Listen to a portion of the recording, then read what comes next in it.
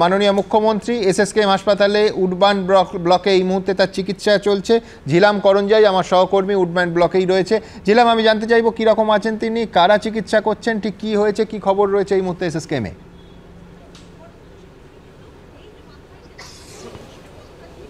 একদমই যেমন তুমি বলছো, মাননীয় মুখ্যমন্ত্রী চোট নিয়ে এসএসকেএম হাসপাতালে আসেন।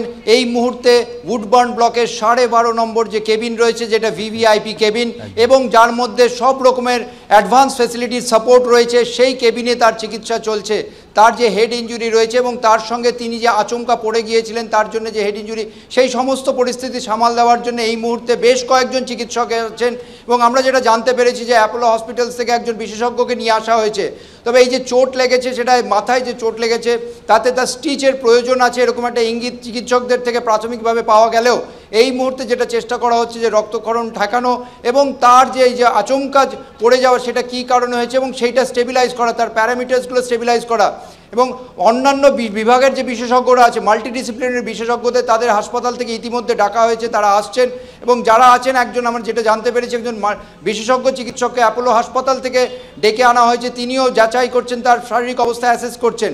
স্টিচের প্রয়োজন হলে স্টিচ করা যেতেই পারে, উডবার্ন ব্লকে ওটি রয়েছে এবং সেখানে করা যেতে পারে। তবে তার আগে এই মুহূর্তে তার যে পেইন এবং যে কারণে তার ফলটা হয়েছে, পড়ে গেছেন, সেটা কী কারণে হয়েছে সেটাই চিকিৎসকরা অ্যাসেস করে তাকে স্টেবিলাইজ করছেন। চিকিৎসকরা বলছেন যে এখনও তারা অ্যাসেসমেন্টের যে প্রক্রিয়া সেটা চালাচ্ছেন। সবাই উদ্বেগে রয়েছে এবং আমাদের এখানে হাসপাতালে উডবার্ন ব্লকের সামনে আমরা দেখছি যে বহু মানুষেরও ভিড় জমে গিয়েছে। একদিকে যেমন বিভিন্ন প্রশাসনিক কর্তারা রয়েছেন, তার সঙ্গে আমরা যেটা জানতে পেরেছি হাসপাতাল সূত্রে, যে চোট পাওয়ার পর মুখ্যমন্ত্রীকে অভিষেক বন্দ্যোপাধ্যায় স্বয়ং তিনি নিয়ে আসেন এবং তাকে সরাসরি উডবার্ন ব্লকের 12.5 নম্বর কেবিনে নিয়ে যাওয়া হয়েছে। এবং এই যে মুহূর্তে তার যে এই যে ফল হয়েছে, আচমকা পড়ে গেছেন, সেটা বাড়িতে পড়ে গেছেন বলে হাসপাতাল সূত্রে প্রাথমিকভাবে জানাচ্ছে। তবে বিস্তারিত এখনও খোলসা করে হাসপাতালের তরফ থেকে কিছু জানানো হয়নি। তবে তাকে স্থিতিশীল করার জন্য যা যা করা দরকার এগুলো করা হবে, কারণ হেড ইঞ্জুরি থাকলে হেড ইঞ্জুরি কীরকম হয়েছে, কতটা হয়েছে, সেটা পরবর্তীকালে যাচাই করার প্রক্রিয়া হবে। এবং অর্থাৎ তিনি এই যে আঘাতপ্রাপ্ত হয়েছেন সেই ব্যাপারটা বোঝার জন্যেই চিকিৎসকরা সব রকম অ্যাসেসমেন্ট চালাচ্ছেন এই উডবার্ন ব্লকের 12.5 নম্বর কেবিনে। এবং এই কেবিনে জানিয়ে রাখবো সুমনদা যে সব রকমের অ্যাডভান্স ফ্যাসিলিটি আছে। এইটা বেসিক্যালি এই কেবিনটা থাকে ভিভিআইপিরা অসুস্থ হলে তাদের ভর্তি করার জন্য। এখন সেই চিকিৎসা চলছে এবং চিকিৎসকরা বলছেন যে কিছুটা সময় লাগবে বিস্তারিত এই বিষয়ে তথ্য দিতে। জিলাম, তুমি চিকিৎসকদের সঙ্গে যোগাযোগে থাকো, আবার তোমার কাছে আসবো। পুলিশ সূত্রে কি জানা যাচ্ছে? আমার আরেক সহকর্মী পার্থপ্রতিম ঘোষ আমার সঙ্গে রয়েছে। কি খবর আছে তোমার কাছে পার্থ? দেখো সুমনদা, যে বিষয়টা পুলিশের তরফ থেকে বলা হচ্ছে যে আজকে মুখ্যমন্ত্রী মমতা বন্দ্যোপাধ্যায় তিনি যখন গড়িয়াহাটে অনুষ্ঠান শেষ করে বাড়িতে ফেরেন এবং তারপরেই বাড়িতে তিনি পড়ে যান এবং পড়ে গিয়েই কপালে চোট পান এবং ওনাকে সঙ্গে সঙ্গে এসএসকেএম হাসপাতালে নিয়ে যাওয়া হয় এবং সেখানে চিকিৎসকেরা, আমার সহকর্মী জিলাম যেমনটি বললো, চিকিৎসকরা দেখছেন। এবং ইতিমধ্যে তোমায় বলবো সেখানে কিন্তু মুখ্যমন্ত্রী Mamata Bandyopadhyay MRI CT scan করা হচ্ছে, অর্থাৎ মাথায় কোনো রকম ভাবে এই চোটের জন্য। পার্থ, তুমি সঙ্গে থাকো। শোভনদেব চট্টোপাধ্যায় এই মুহূর্তে বলছেন সরাসরি। আমি বলছি যে আমি জানি না কিছু, প্রশ্ন করলে উত্তর দিতে প্রত্যেকে উদ্বিগ্ন, বুঝতেই পাচ্ছেন। কারুর কাছেই এই মুহূর্তে জবাব নেই যে ঠিক কী হয়েছে, তার ডিটেলস কারুর কাছে নেই। আমি দ্রুত একবার পার্থর কাছে। পার্থ, তোমায় মাঝখানে থামালাম, তুমি বলছিলে পুলিশ সূত্রে কি খবর? দেখো, পুলিশ সূত্রে যে বিষয়টা বলা হচ্ছে যে ওনারা কিন্তু সমস্ত ব্যবস্থাপনা করেছেন এবং পরবর্তীকালে যেমনটি জানা যাচ্ছে এখন পর্যন্ত হাসপাতাল সূত্রে যে মাননীয় মুখ্যমন্ত্রী মমতা বন্দ্যোপাধ্যায়ের যে চোট, সেই চোট কতটা গুরুতর সেটা দেখার জন্য চিকিৎসকদের বিশেষ দল যেমন গঠন করা হয়েছে, সেখানে কিন্তু এমআরআই সিটি স্ক্যান করা হচ্ছে এবং মাথার চোটটি দেখার জন্য কতটা গুরুতর সেইটি। এবং ইতিমধ্যে তোমাকে আবারও বলবো, পুলিশের তরফ থেকে যে বিষয়টা বলা হচ্ছে যে গড়িয়াহাটে যে অনুষ্ঠান ছিল সেই অনুষ্ঠান শেষ করে মুখ্যমন্ত্রী মমতা বন্দ্যোপাধ্যায় তিনি যখন বাড়িতে ফেরেন, বাড়িতে ফেরার পরেই তিনি পড়ে যান, পড়ে গিয়ে আঘাত পান এবং তার জেরে কিন্তু এই আহত হওয়ার ঘটনাটি সেটা কিন্তু ঘটেছে। সুমনদা, ধন্যবাদ পার্থ। আবার একবার চলে যাব অর্ণব মুখোপাধ্যায়, আমার আরেক সহকর্মীর কাছে। অর্ণব, আরেকবার তুমি যে ডিটেলস বলছিলে যে তিনি বাড়িতে ছিলেন, পা স্লিপ করে এবং একটি শোকেসের কোণায় তার আঘাত লাগে। অর্ণব, সন্ধ্যা একদমই যেটা জানা যাচ্ছে যে পুরো ঘটনাটাই হচ্ছে বাড়ির মধ্যে, এমনকি ঘরের মধ্যেই হয়েছে যেটা জানা যাচ্ছে।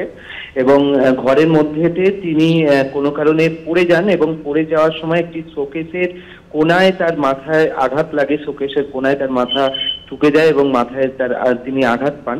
এবং যেমনটা জানা যাচ্ছে যে এটার একটা সম্ভাবনা রয়েছে যে তিনি পা পিছলেই পড়ে গিয়েছেন কোনোভাবে, এবং পড়ে যাওয়ার সময় হচ্ছে এই যে শোকেসটি ছিল সেই শোকেসের কোণে তার মাথাটি লাগে এবং তিনি আঘাত পান এবং তার ক্ষত হয়েছে যেমনটা জানা যাচ্ছে।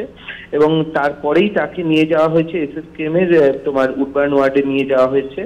এবং যেমনটা সঞ্চয়ন একটু আগে জানাচ্ছিল যে কাজরি বন্দ্যোপাধ্যায় তিনি রয়েছেন ওখানে, এবং অন্যান্য যারা মন্ত্রীরা রয়েছেন তারাও খোঁজ খবর নিচ্ছেন এবং তার চিকিৎসার এখন ব্যবস্থা করা হচ্ছে। কি কারণে তিনি পড়ে গিয়েছিলেন সেটাই হচ্ছে সব থেকে গুরুত্বপূর্ণ। পা পিছলে পড়ে গিয়েছিলেন এরকমটা বলা হচ্ছে, এটা স্বাভাবিকভাবে অ্যাপারেন্টলি একটা মনে হয়েছে, কিন্তু সেই পা পিছলে যাওয়াটা সত্যিই পা পিছলে যাওয়া নাকি হচ্ছে অন্য কোনো কারণে তিনি পড়ে গিয়েছেন সেটাও একটা উদ্বেগের মধ্যে রয়েছে, এবং সেই কারণেই তার বিভিন্ন যে পরীক্ষা নিরীক্ষা সেই সমস্ত কিছু দেখা হচ্ছে। ধন্যবাদ অর্ণব, তুমি নজর রাখো। হ্যাঁ হ্যাঁ নিশ্চয়ই। দেখুন, আমি নিজে ব্যক্তিগতভাবে বা আমার দল, আমরা মুখ্যমন্ত্রীর কড়া সমালোচক। আমরা চাই উনি নবান্ন থেকে হেঁটে যান, কিন্তু আমরা চাই যে উনি সম্পূর্ণ সুস্থ থাকুন। এটা অত্যন্ত দুর্ভাগ্যজনক যে ঘটনাটা ঘটেছে। আমি অনুরোধ করব স্ক্রিন থেকে ছবিটা সরিয়ে দিতে, কারণ আমরাও কখনো ওনার সঙ্গে দল করেছি। ওনার এই রক্তমাখা ছবিটা অনেক পুরনো ঘটনা মনে করাচ্ছে, যেটা আমরা দেখতে চাই না। কিন্তু একটা প্রশ্ন আছে, একজন, আপনি এক্ষুনি বলেছেন মন্ত্রিসভার সূত্র, সেই মন্ত্রিসভার সূত্র যদি এরকম বলে যে গাড়িতে শাটল ব্রেক মেরেছে এবং তার জন্য এই ঘটনা ঘটেছে, তারপরে বলছে বাড়িতে ঘটেছে, তারপর বলছে ঘরের মধ্যে ঘটেছে, কিভাবে ঘটেছে বোঝা যাচ্ছে না। আমি বলি, দেখুন, গত কয়েকদিন ধরে আমরা কিছু কিছু ঘটনা সামনে দেখছি।